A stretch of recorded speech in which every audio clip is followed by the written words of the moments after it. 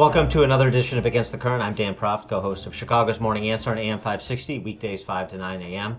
And with me on this installment is renowned Kellogg professor, that's Northwestern's renowned business school, Don Haider. Don ran for mayor of Chicago in 1987, and that's the least of his credentials. So we'll start there. We'll build him up. Don Haider, thanks so much for joining us. Great, Appreciate Dan. it. Nice to be here. The filing period just passed for mayor, and I noticed that you did not file your requisite 12,500 no Why no run this time? Well, you got to know when to hold them, and you got to know when to put them down. And I've just hit 77, so I think it's time to hold them and not put them down. So 4 decades at Kellogg, but almost sort of at the midpoint of your academic career, you ran for mayor of Chicago in 1987, effectively the last serious Republican candidate to run for mayor of Chicago 30 years ago. Take us back to that, because probably your experience and what happened to Chicago over your long tenure at Northwestern Business School, probably provides some great insights into where Chicago sits here in 2018. Why did you decide to run for mayor in 1987, and what was that experience like?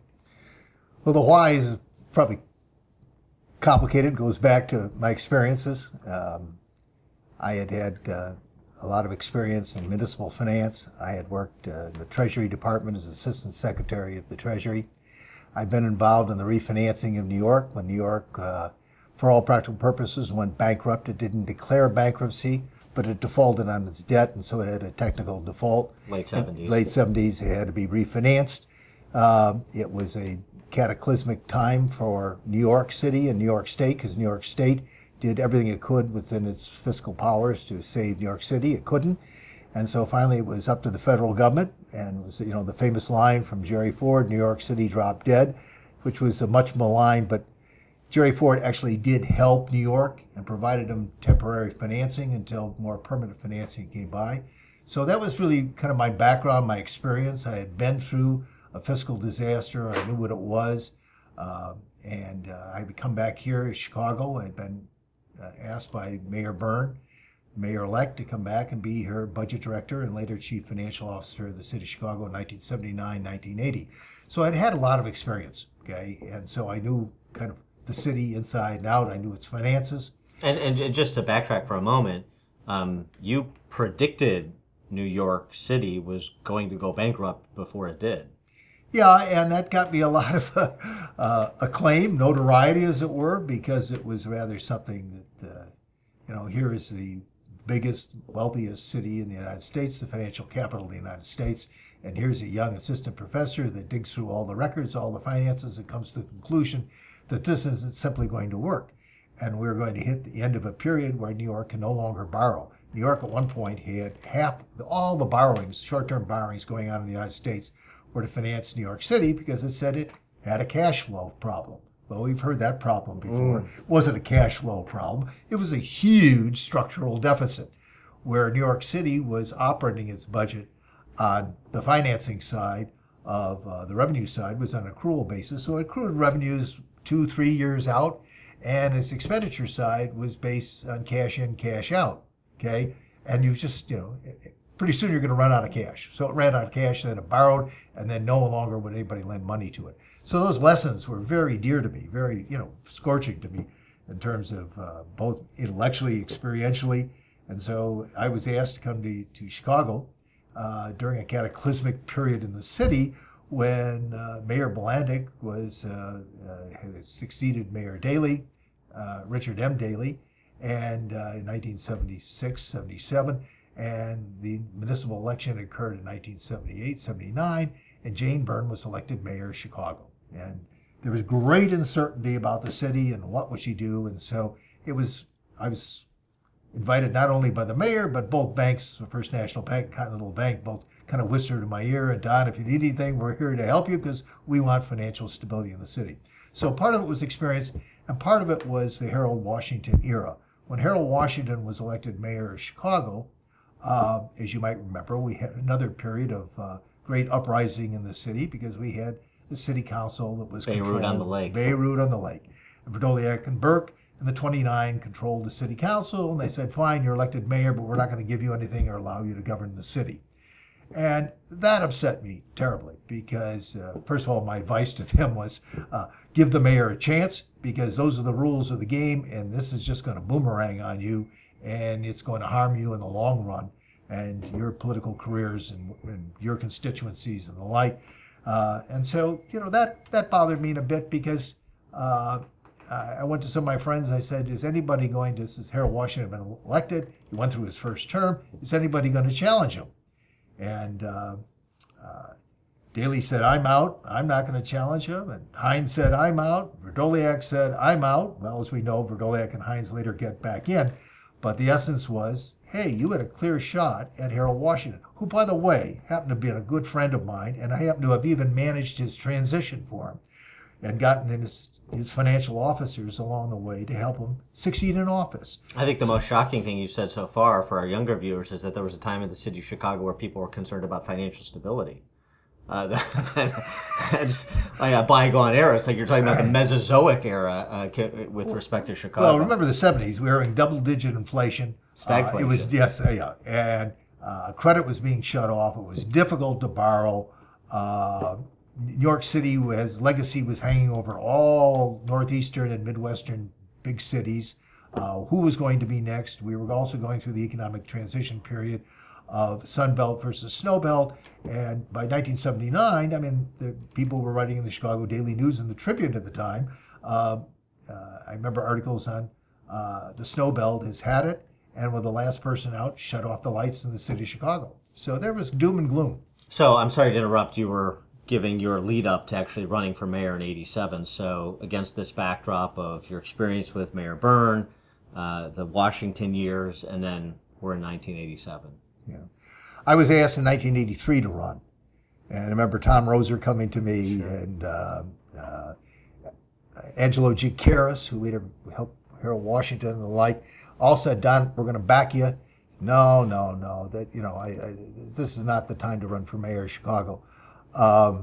And as you might recall, Bernie Upton lost in 1983 by less than 50,000 votes. And some people feel that those 50,000 votes were, the margin was much closer than 50,000 votes. And so Bernie Upton, who spent half the campaign in Florida, where he was living at the time, Bernie Upton, who was, the time had passed Bernie Upton. And even though he was, Saul Upton, the family, fine family, everything else, is that he really wasn't up to running for mayor of Chicago. So for all those reasons. And also the '83 election was particularly racially charged, to be polite. Absolutely. Vote for Upton before it's too late. Yeah. And that was the kind of the theme song. And here I was, when I took a leave from Northwestern University, it was with one arm tied behind my back, because if you're going to come back to Northwestern University, you can't run a bad campaign. You can't get caught up in a racial controversial battle with Harold Washington. You got to run a issues-based campaign, and you got to do it with a sense of humor. When I went to ask the president of Northwestern, Arnie Weber, for the board of trustees to give me a leave of absence. Now remember, Northwestern has a few stakes in this game with $1 billion investments downtown and in the hospital and facilities and Not the to like. mention the alumni. The alumni and everything right. else. Yeah. So Arnie Weber took me out. We had a beer, and he didn't say anything the whole night. At the end of the night, we were leaving the bar, and he pulled his car around, pulled down the windshield, and he looked at me. He said, Don, I think this was supposed to be about whether you can run. He said, I work for George Shultz. George Shultz, who was probably the brightest man in the country, Secretary of Labor, Chief of Staff, Dean of the University of Chicago Business School. And the Republicans came to George Shultz and asked George Shultz to run for mayor of Chicago against Richard Daley. He didn't run, Don. Pause. But of course, he was a lot smarter than you. So my wife said, well, what did he say? What did he say? He said, I can run, and the university will give me a leave of absence, but I'm stupid.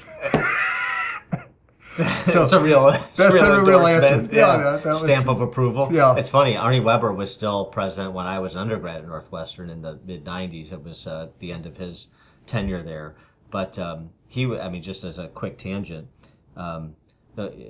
so much different. It's only 25 years ago, but so much different was Arnie Weber than the university presidents of today, including, I would argue, at Northwestern, where he was actually a staunch advocate of true intellectual freedom on campus, truly wanted a campus to be a free marketplace of ideas, because he rallied to the defense of a conservative alternative weekly newspaper that me and some cohorts who are now urologists and heart surgeons, the successful part of the group, started on campus when we were undergrads, a competitor to the Daily Northwestern. So I remember Arnie Weber fondly for his tenure there. Well, the world's changed. Quite. Okay, so you're not as smart as George Sold, so you run for mayor. Yeah. And run as an issue-oriented campaign, okay? And it was one of those things where if you were being critical of Harold Washington, now remember, Harold had this legacy of a career, he had, not to be unkind, but Harold had been disbarred as a lawyer.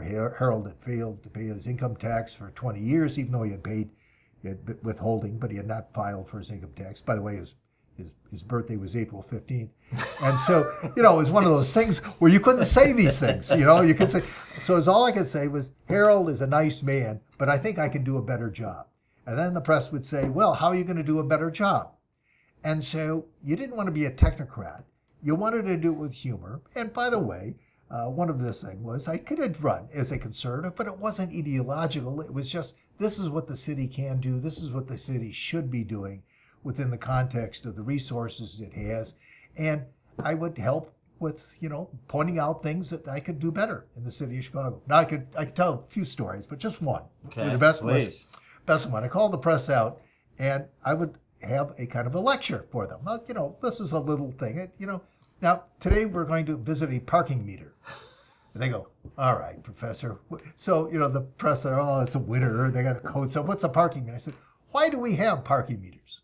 And they all said, all right, Professor, tell me why we have parking meters. Well, we get revenue from them, don't we? Yeah, okay.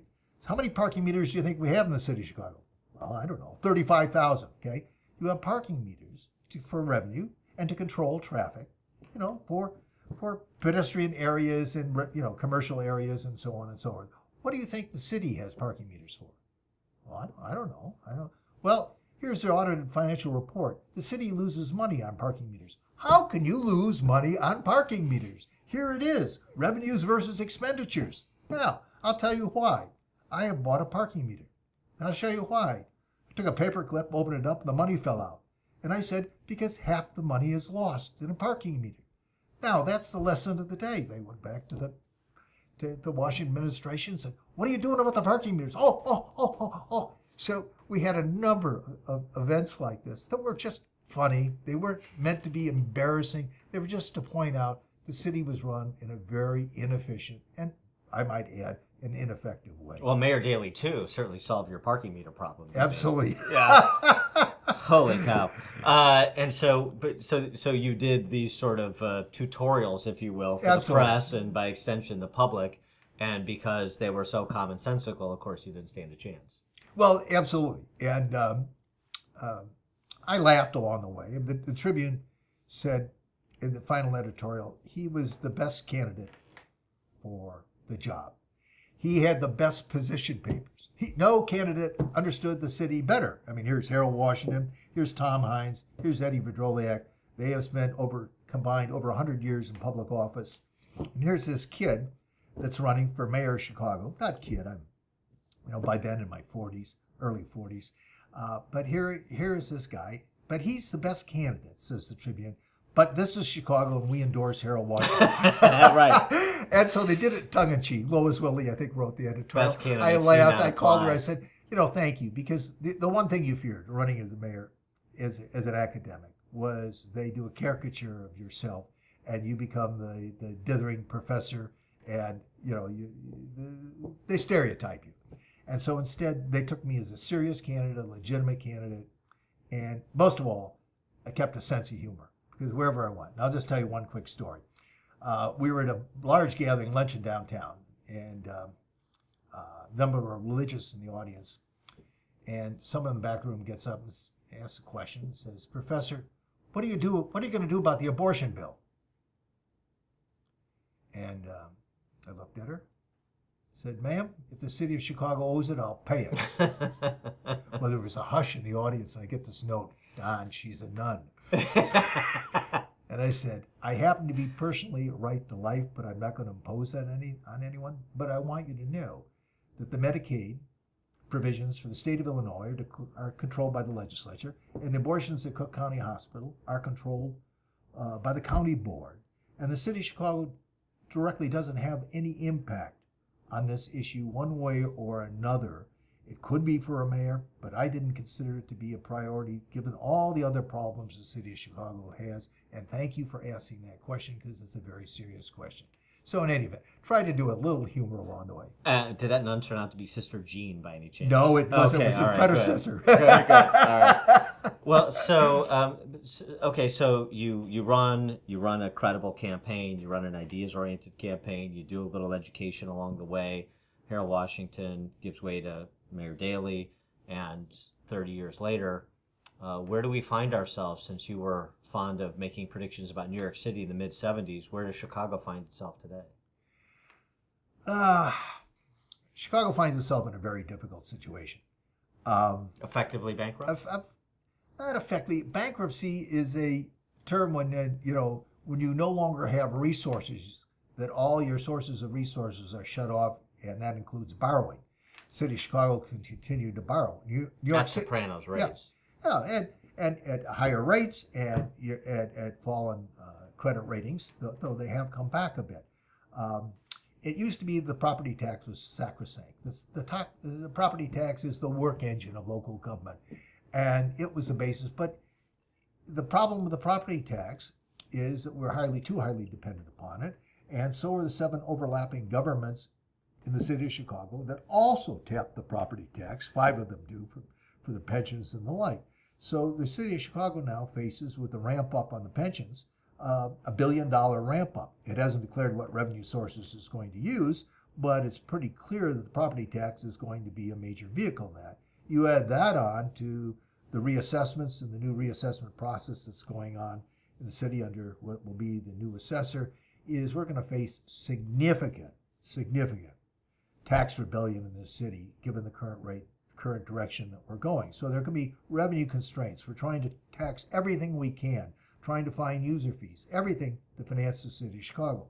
At the same time, the state is in a situation where it has a structural deficit of $2.5 billion or so and a $130 billion pension liability. So you have a state that's in trouble, a city is in trouble, and a lot of local governments in Illinois that are equally in trouble. 660 cities, towns, and villages that have police and fire pensions, of which more than half of them are well underfunded, below 50%. As a matter of fact, a couple that have already gone that they can't pay out on their pensions for their current retirees. So we have problems throughout the state. And the next mayor of the city of Chicago is going to have to work seriously with the suburbanites and the governor. This did not happen this last 4 years with Rauner and Mayor Emanuel, for whatever reason. It used to be nirvana in big metropolitan states that a Republican governor and a Democratic mayor would work arm in arm, because each of them had the contrary constituency. Each of them had different constituencies that they could bring to the table to put bits and pieces to solve problems, and do it in such a way that could aid the state and help the city as well. For whatever reason, this administration that we have seen, both of them going out, couldn't get anything done, couldn't work together, and they had a common problem with Michael Madigan right in the middle of the governor attacking Madigan, and the mayor of Chicago not being able to do anything without Madigan. So, hopefully we'll have some things done with the next mayor. If not, we're going to see a campaign with 21 candidates. I don't know how many of them are bona fide. We'll get on the ballot. But with 21 candidates, this is unprecedented. The slicing and dicing of narrow constituencies, ideological, geographic, ethnic, racial, and so forth, that it's going to be a very narrow campaign, all run on taking power away from downtown and putting it back in the neighborhoods. Everybody becomes a neighborhoodist in this campaign. Everybody becomes friends and neighbors. Everybody becomes bungalow. And so you'll have all the campaign driven like this, when the big problem, the mega problem, is going to go largely unaddressed, and that is how are we going to refinance the city? How are we going to refinance the state of Illinois? How are we going to do it together that makes sense? Well, the city, and you just touched upon it with respect to your dissertation on pensions in the suburbs and the state generally. Cities, police, and fire pension funds, about 20% funded, both of them. Yep. I mean, the $1 billion ramp up next year is one thing. And what do we hear from some of these candidates? A city lottery, a LaSalle Street tax, a city bank. Enya, the candidate that's being backed by rappers, Chance the Rapper, and Kanye. Citibank, a bank run by the city of Chicago. Wow. And so 20% funded. That's those pension funds are over. So how do you make up $35 billion in unfunded pension liabilities in the city of Chicago for police and fire while keeping all of these other plates that you mentioned spinning? And the unfunded teacher's pension. Right. Now that got some help last year with the $18 billion long-term bailout of CPS, CTU, but CPS pensions. Still less than 50%. Correct. But I mean, the police and fire, I mean, my look at the Department of Insurance filings for the police pension fund, this is their filings. 27%. They can't pay out current beneficiaries. They will be unable to by the end of 2021. And that's assuming no recession in between now and Absolutely, Dan. It's a very, very serious problem, and we've tapped all the local revenue sources we probably can. There'll be some new ones because of social media and the digital age and things that we can get, but not big revenue producers. I mean, so everybody has a casino bill, everybody has a legalized marijuana bill, everybody. But these are, when you're dealing with, in aggregate, the city, the state, and the suburbs downstate, you're dealing with, you hate to talk about these numbers, but you're talking about $300 billion, and that includes unfunded liability for retiree health care. So while the tax base is shrinking. Why the tax base is... I mean, certainly the population is. Population is. And so if you divide the debt up among the remaining population, what a typical household owes in Illinois is just the pension liability is probably $50,000. Right. It's rising. So that's not a good scenario. And everybody kind of stays away. When the gubernatorial candidates, all of them kind of ignored the 800-pound gorilla that was running around, or the elephant in the phone booth, which was the pension. How are you going to deal with it? And so it's going to take a lot of craft. It's going to take a lot of bipartisanship. It's going to take a lot of leadership. It's going to take a lot of pain. In New York, when New York finally hit the end of the road where people wouldn't lend it money anymore, and only the federal government could come in and guarantee the city's paper and debt that went out, the pensions had to end up buying it. And so the banks bought part, but the biggest purchaser were the pension funds. And they couldn't sell, there was a guarantee attached to it. They had to change the rules in ERISA and so on and so forth to permit the pension funds to buy it. But the pensions and the unions had to come to the table. Unions haven't come to the table here in Illinois, and the longer they try to kick the can down the road, the more difficult it's going to be to get other people to come to the table. And a reminder on Detroit, I mean, it's not that long ago, but, institutional memory in this city. The net result was everybody takes a haircut. You don't just stick it to the bondholders. Everybody takes a haircut. Absolutely. Remember, Michigan's one of Illinois does not have a bankruptcy provision for local government. About half the states do allow a local government to go bankrupt under various procedures under state law. We don't have that. We don't even have a good way to deal with cities that are in distress, the Cairos of the world, or the south suburbs, or so forth. And of course, no politician wants to preside over a bankruptcy because you're done. Absolutely. And Detroit was kind of a miracle. I mean, Detroit, it was the way it was done, and all the players coming together, and everybody came to the table. Everybody took a haircut. Everybody ponied up, and that's what we're going to have. And the grand solution. In the meantime, there can be a lot of pain in the city. Let's just take the Board of Education. The overcapacity we have. We have a system that at its peak had 650,000 students. Today we're down to 380 and going down, 375. 3.25, I think, if we're being honest. Yeah, But yeah, okay. they're continuing to prop up the numbers, the numbers for state absolutely. support. But and so we have serious right sizing that has to go on, serious school closing, and with that gives it wonderful opportunity. What are we going to do with the charter schools? What are we going to do with the parochial schools in the city? Can we come together? And oh no, the unions will never let it. Well, if everybody wants to, go down with the Titanic, that's fine.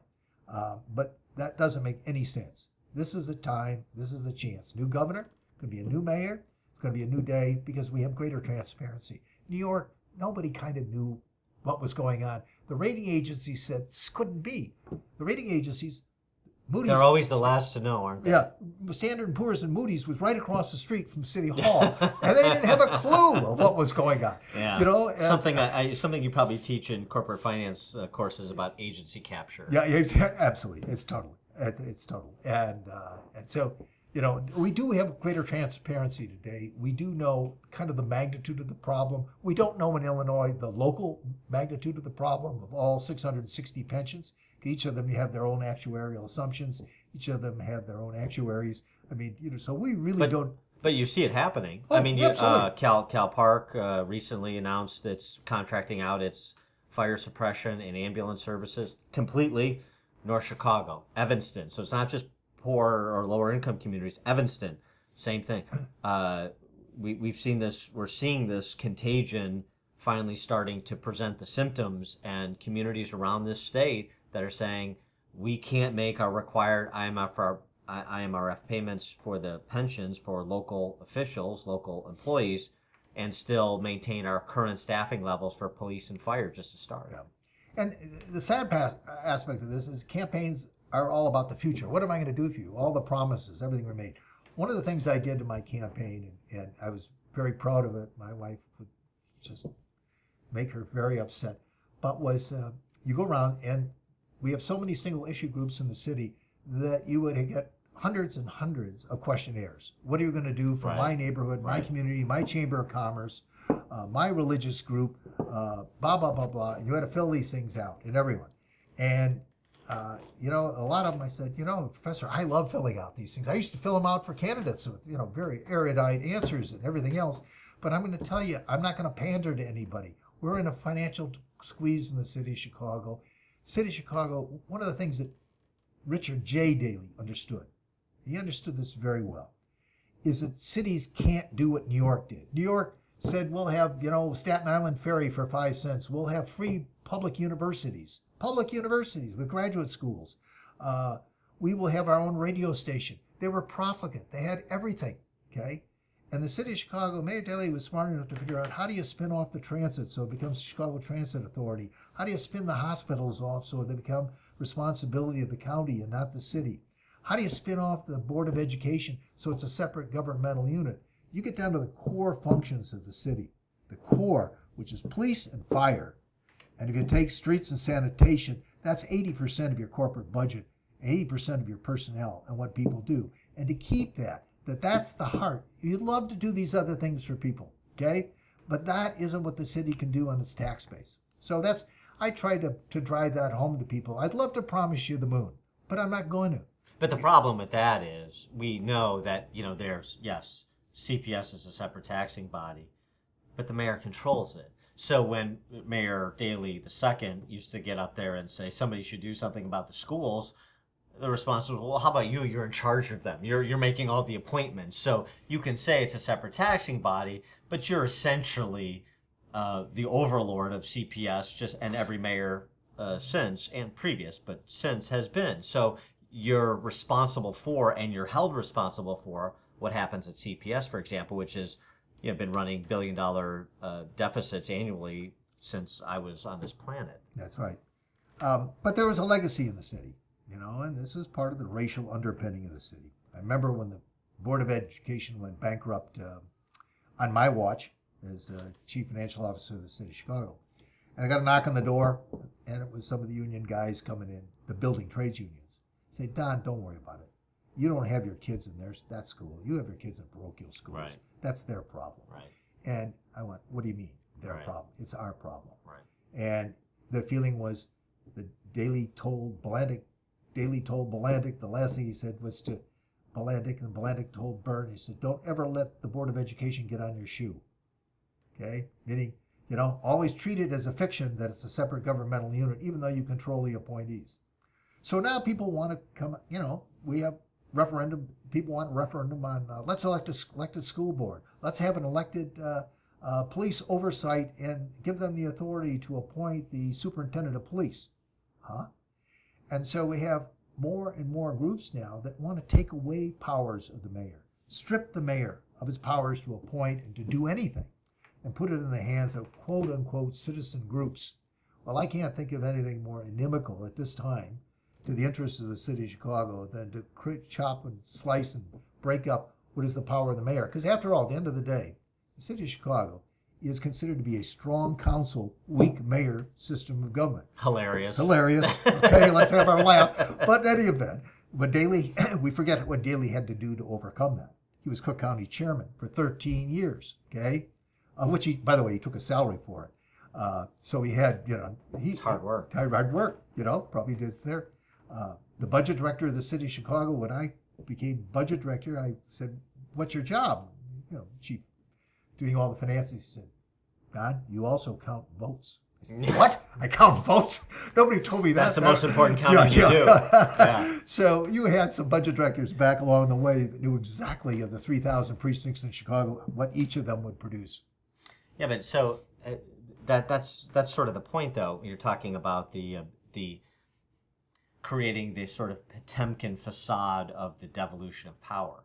That's perfect for this culture in this city, in this state, because the key is I'm not responsible for what happens on my watch.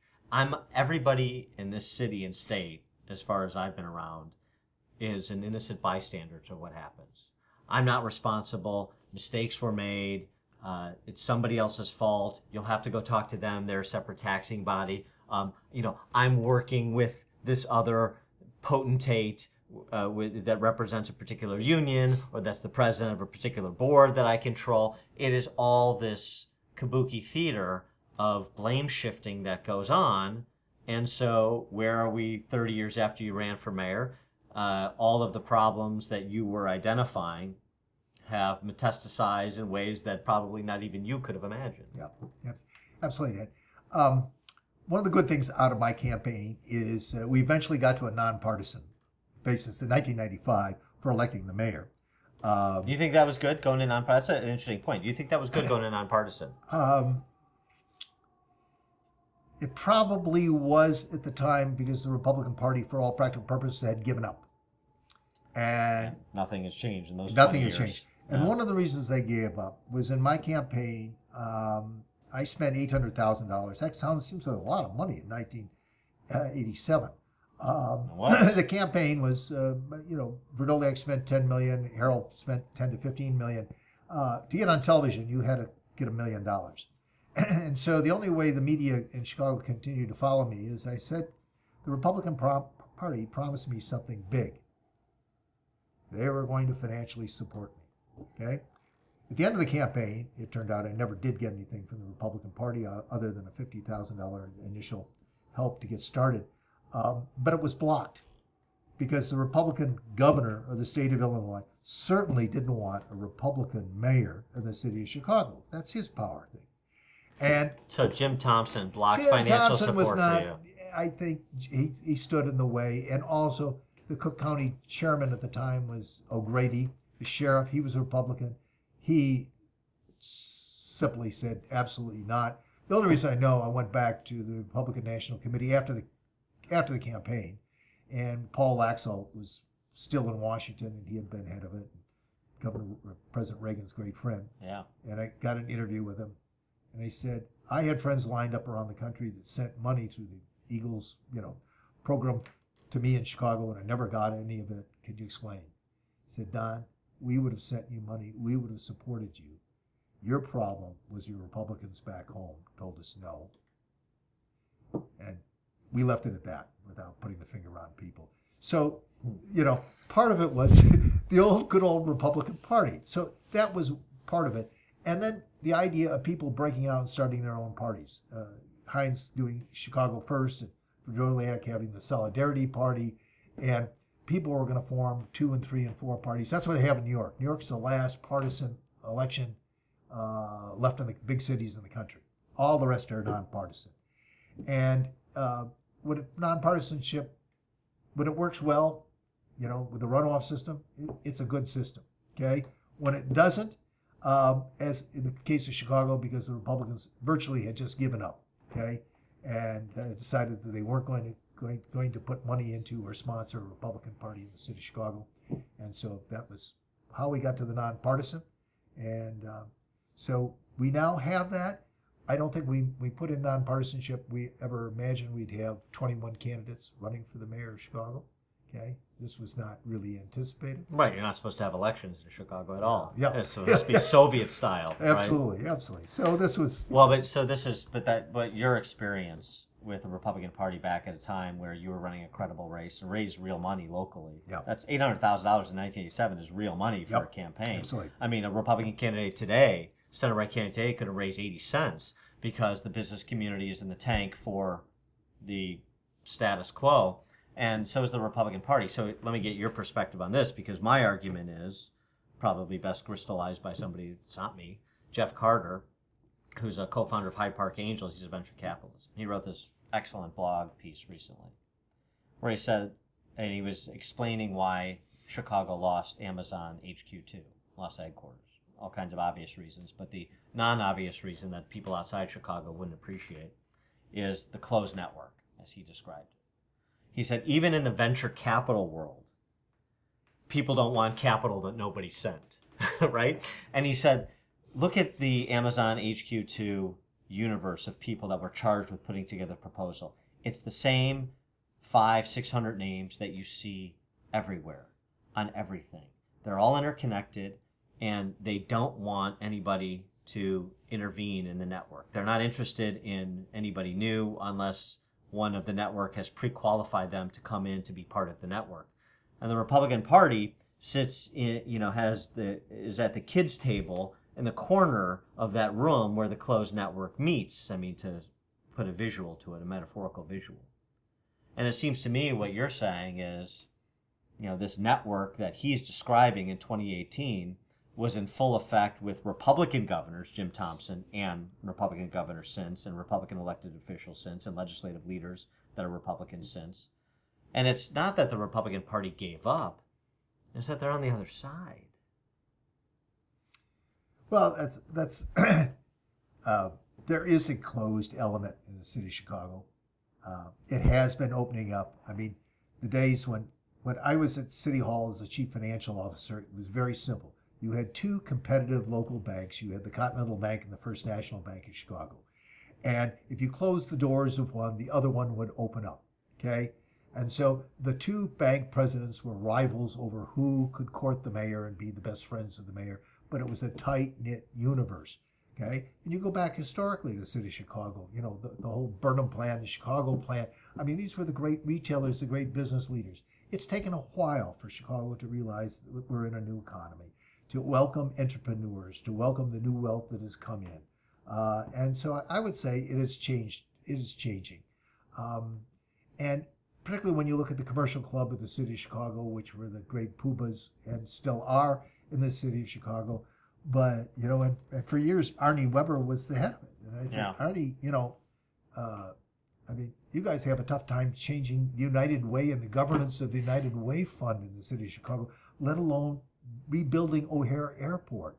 I mean, it's the nature of the parochialism at the local level that makes the business support and the business community, makes it very difficult for them to break in, because they look at the political structure of the city, and the political structure is all incestuous.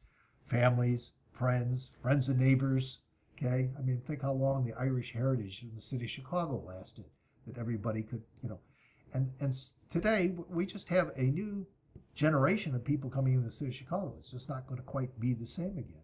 But put your business professor hat on, and this is the point that Carter made. You know what closed networks are? Not innovative. Yeah. You can't be a closed network and be innovative. And so one of the reasons Chicago stagnated, despite, the magnificence of the Mag Mile and a handful of wards out of the 50. Oh, remember, there are 50 wards in the city, and we look at 2 or 3 or 4 of them and say everything's fine. At least that's what the political class would lead you to believe. No, it's not fine, and it's not going to be fine because you won't let people in that have ideas that could make it finer. Is that fair? Well, I don't think it is fair. I really don't. I think, look, there was a class in the city of Chicago that brought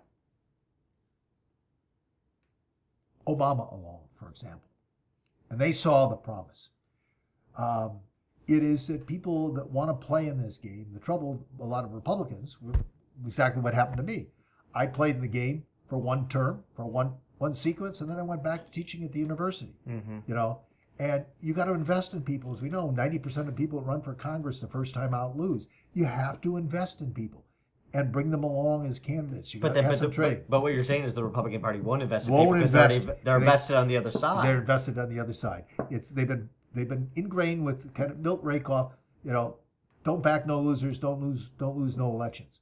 I mean, it was, we're going to be with the winners. And why invest in something that we don't see the outcome of it? I mean, Illinois is such a diverse state. When you think of 5,000 local governments in the state of Illinois, how do you really put Humpty Dumpty together? And, maybe we have a chance now because the suburbs have all broken open for the Democrats. And we now have to, we could count on DuPage, we could count on Lake, we could count on the outer counties. We can't anymore in the Republican Party. So I think it's just a new time for Republicans are going to have to put together the big tent again, okay? Figure out how we're going to get people in and how we're going to get people back in for office, support them, and realize that it's going to take an investment strategy. Okay? Well, so is it new times for Republicans or end time for Republicans? Both. Because, what you see in the suburbs, to your point, is not that counterweight against the city. You see the Democrats taking over most of these key collar counties, and so if they are able to affix the same stranglehold there that they have on the city, then what is the Republican Party other than sort of a legal fiction like it is in Chicago? No, I think it's going to have to rebuild itself. It rebuilds itself from the bottom up, grassroots. I've seen the Republicans down. I've seen the Democrats down. They all go back to, you start locally, okay? You don't start on top, okay? It's one candidate, one election at a time. It's one group of people sponsoring it. I mean, we talked at the beginning about how Republican Party changed. I remember Don Rumsfeld starting off when he ran for Congress. He ran against Marion Burks, who was one of the most popular legislators in Springfield. Couldn't possibly win. Margaret Church, the congresswoman from there, said, Don, don't do this. And he went house to house. He got his friends together. He got small financial support. I mean, I think we got to go back to where we came from.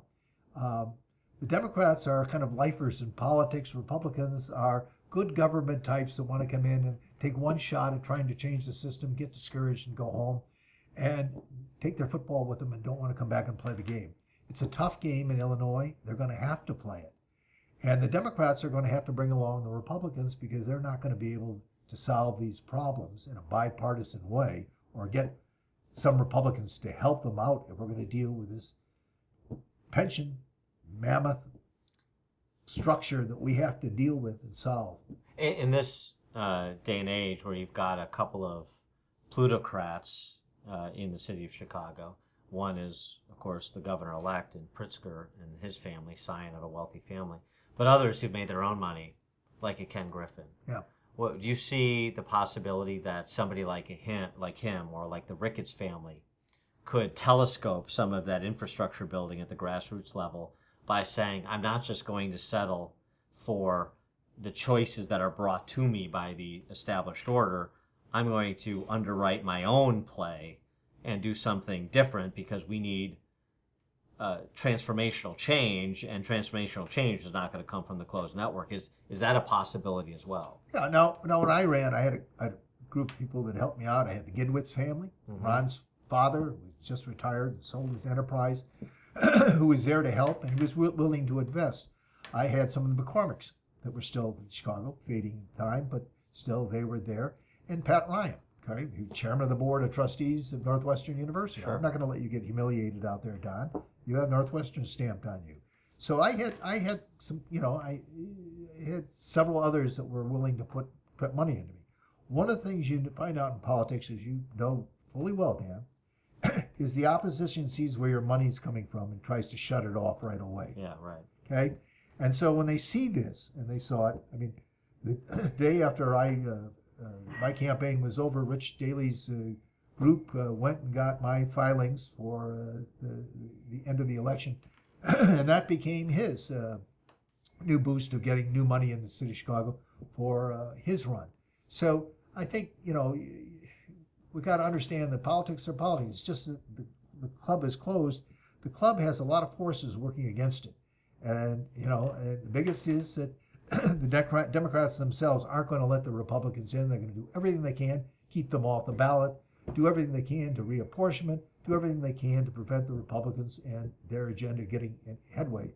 They're going to have to change their tune because we can't solve the problems of the city of Chicago, overlapping governments, suburban and downstate, and the state of Illinois unless we kind of work together. And out of this, I think we're going to come some new Republican heroes, some new Republican spokespeople that understand the magnitude of the problem and can present themselves to the public in a sincere way that this is the Republican Party of the future, a Republican Party that can lead.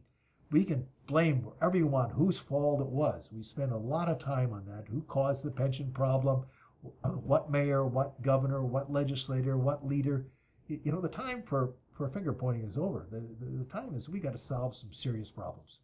All right, on that optimistic note, we'll leave it here with Don Haider, scholar athlete at Stanford, 4 decades at Kellogg, Northwestern School of Business, candidate for mayor in 1987. Don Haider, thanks so much for joining us on this edition Against the Current. Appreciate it. Thank you, Dan, for having me. Thank you.